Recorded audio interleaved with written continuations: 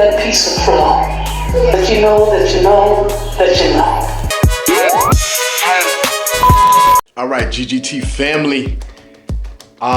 This is going to be a new addition to our app, and I'm calling it Inside GGT Live. And this is giving you an opportunity to kind of see, especially our virtual family. Our virtual family is growing. I want to give you all the opportunity to see what we're doing in the community with our events. Since you can't be here, I at least want you to get an inside look on what we're doing and be a part. You know what I'm saying? I want you to be a part. And so today I'm at the church and I'm picking up the check for Hope Center. I've been announcing it on Sundays that we're giving to Hope Center. And once I go over there, he's gonna talk about what they do. And also we gave to them last year on what they accomplished this far as what they've been doing in the community. So here we go, I'm grabbing the check and I'm heading over there. All right, I'll see y'all in a few minutes. All right, we here, getting ready to go inside now. Hello. Hey. All right, GGT family, what we're gonna do is go out and kind of go into the field on where Scott and Hope Center actually, kind of view the area. All right, family, we out here at Island Park, and this is one of the spots that Hope Center comes out to, just to kind of see the area, seeing who's out here as far as homeless, and help where they can. So we are out here live right now. I'll introduce you to Scott as soon as he gets done. I'll be right over. All right, so here's Scott. And if you mind just introduce yourself and kind of like what we're doing tonight and kind of what Hope Center does. Sure, I'm Scott Metzel. I'm one of the street outreach specialists or coordinators for Hope Center of Racine. I'm also the director there. And we wanted to talk today about outreach, so I suggested maybe we just go out and talk about it someplace that we often go. That's it. This is one of the spots. We've got a pavilion over here. It's a little bit lit up, so people don't usually go there because right now we can just kind of check and see that there's nobody there. But we often come down here, especially if it rains, because if there were people under tables or in the bushes and it rained, then they might go to a pavilion for cover of the rain. So it's one of the places that we go there. Also, when we drive underneath that pavilion, there's a dark space under there. You can actually get underneath there. Wow. So even if we're driving by just checking with our car, we'll pull around there and let our headlights go under it, and then we can check and see if there's anyone sleeping there. Wow. And we also head over that way. There's some places to go under those lights over there. So the way I am right now, I'm dressed for field work when we're actually going out to walk and check for some people away from the vehicles. This bag here has ramen noodle soup.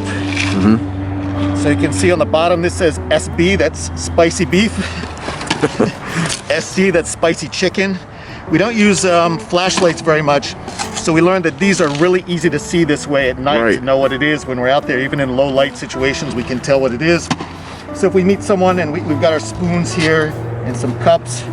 If we meet someone that wants some soup, we just pop open one of those. And I've got two thermoses here. The one with the orange tape is hot water. The other one's coffee. Wow. So this we can just kind of tell by looking at it. It's that, but even in the dark, you can just feel it. We don't use flashlights much, but you can just go like this and feel the handle and tell which one it is. What's the reason why you don't use flashlights much?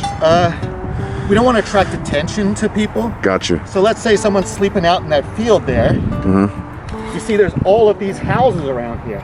Right. So if we start flashing a flashlight around, the people are going to wonder, what's that flashlight? What are they looking for? Who's over there? They might call the police. Gotcha. So if the police come, police aren't going to bother us, but they might bother the person that we're trying to meet with. Also, if you're sleeping outside and flashlights are coming towards you, it also has the connotation of the police or somebody looking for you. they might get scared and not want to come out. Got you. Especially if they're in a place that they're not supposed to be. You're supposed to be out of parks by 10 o'clock at night. Yeah, we go in after 10 o'clock at night. So wow. That's part of it. Okay. So we don't want to attract attention to people.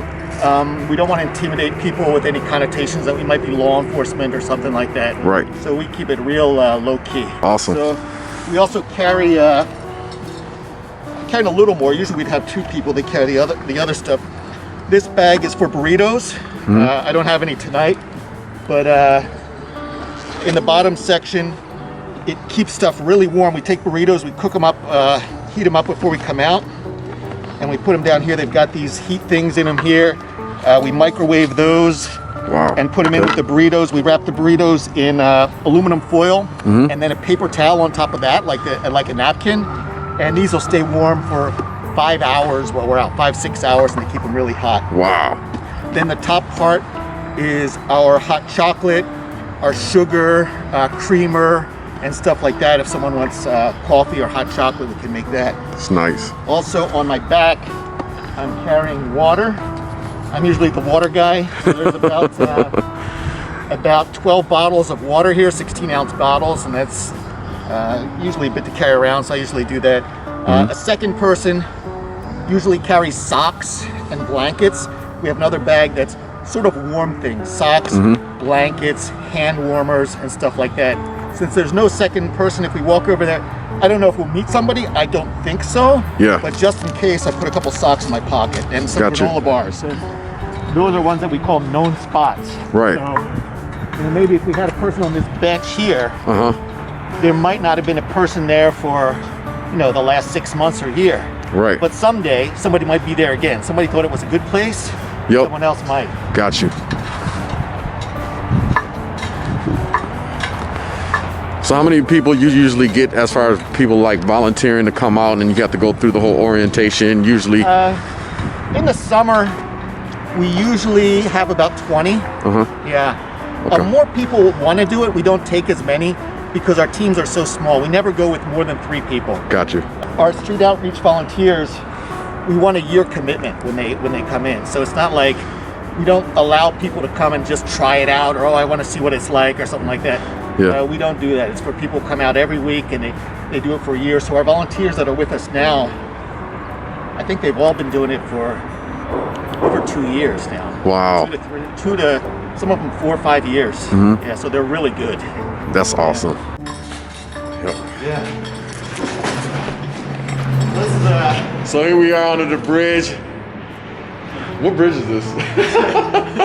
We're near Island Park, so this is Spring Street Bridge. Spring Street Bridge. All right. Yeah. I've been racing all my life, but I forget where I'm at. But this is a good spot. I'm gonna let you go ahead to do the interview on kind of like so what you guys come see down and here. do out here. This is a spot that has good light, has good cover from the rain. Again, when it rains, we especially look in places where people might be getting cover. It's isolated, but it's easy to get to. People can get up off the grounds, or you don't have to worry about skunks and possums and stuff like that at night. So it's just another spot that we check. Not that we usually get people here, but definitely it's a possible spot. So what we do is if we find someone, they don't know who we are, we don't know who they are, so we have to introduce ourselves. Most of the time, we start even approaching from a distance like this. When we're still way off here, we'll start coming up and say, hey, how you doing? And we're the street outreach team. My name's Scott, and I'm with, say the name of whoever's with me. Right. And we come out at night to look for people who might be staying outside tonight and need some help, something warm to keep them warm or something to drink. Would you like some coffee or some water or something like that? Can we help you out with something? And from that, if the person is not homeless, they'll usually say right away, oh no man, I'm cool, I'm just heading home from work. Right. Or something like that. We get a lot of that second shift people going home and stuff like that. If they don't respond like that, then we'll keep going and seeing how they respond and if we can help them out with anything. That's awesome. If it's somebody new, even if they are homeless, and most of the time, we don't even use the word homeless. We don't ask people, hey, are you homeless? Right. Yeah, we just ask, hey, what's going on, We're looking for people who might be sleeping outside tonight and need a blanket or something like that, and let it go like that, because sometimes people feel that there's a stigma with being homeless. That especially if they're out new, if they were staying in an apartment or a house last week, they might not want to think of themselves as being homeless, even if they're sleeping outside. Right. You know what? I want to say from the GGT family, we really appreciate what you're doing, Scott. Well, thanks. We And appreciate you too. from the GGT family, we want to give you a check to hey, Hope Center thanks. and just say, man, we love you. Well, we appreciate thank you. Every We year, appreciate we it want to too. make sure we pour into your into what you all doing, and we just want to thank you for all that you're doing here in this community. Well, we thank you too, and we thank you for your prayers and concern. We have never had anything bad happen to us other than That's a slipping blessing. on ice. Right. So we have been really blessed out here, and we Yeah. continue to be. So we really appreciate your financial support, but also the spiritual support, and just Oh, yeah. knowing that we have people praying behind us, that we can keep safe and keep serving people. That's awesome. Yeah. Really.